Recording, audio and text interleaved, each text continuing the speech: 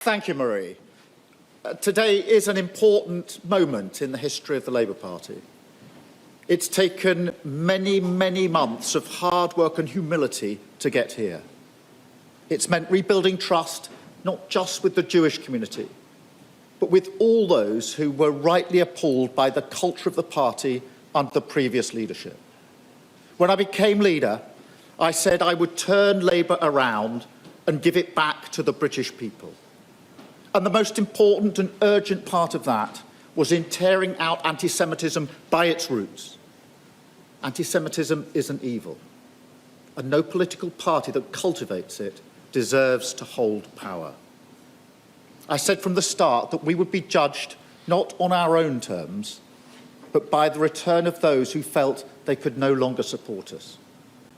The first step on that journey was to accept the findings of the Equality and Human Rights Commission. But it was deeper than that, because we also had to make clear that there was no space for anyone who didn't do the same. That is as true today as it was then. Let me be very clear. Those who seek to blame others or downplay what happened in our party are themselves part of the problem, and we will have zero patience or tolerance of that. Having accepted the Commission's report, the onus was then on us to begin to right the wrongs of the past. I'm proud to lead a party and a team that have worked tirelessly to do so, and it is as a result of that work that I'm speaking here today. But while it is an important moment, it is not one for celebration.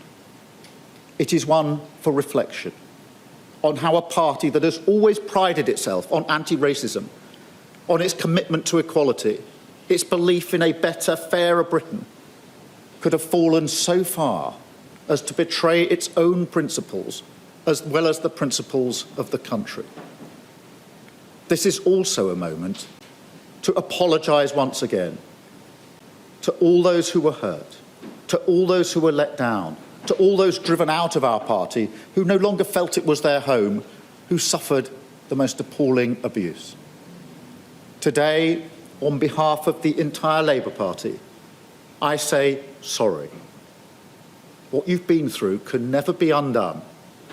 Apologies alone cannot make it right. But just as I promised to take this issue head on, today I make you a number of further promises. Firstly, that under my leadership there will be zero tolerance of anti-Semitism, of racism, of discrimination of any kind. And secondly, that every day I will work ceaselessly to bring this party back to the British people. Be in no doubt, the job of restoring Labour is not complete, not even close. I don't see today's announcement as the end of the road. I see it as a signpost that we're heading in the right direction. I feel humbled when I think of all those who've tirelessly dedicated themselves to getting Labour back on track.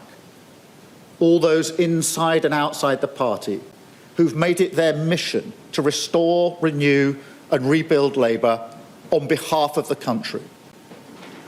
It's thanks to them that we can say firmly, proudly, confidently, the Labour Party has changed.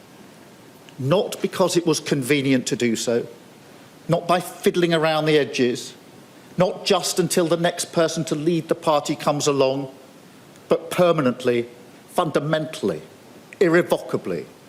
We have changed from a party that looked inward to a party that meets the public gaze, from a party of dogma to a party of patriotism, from a party of protest to a party of public service.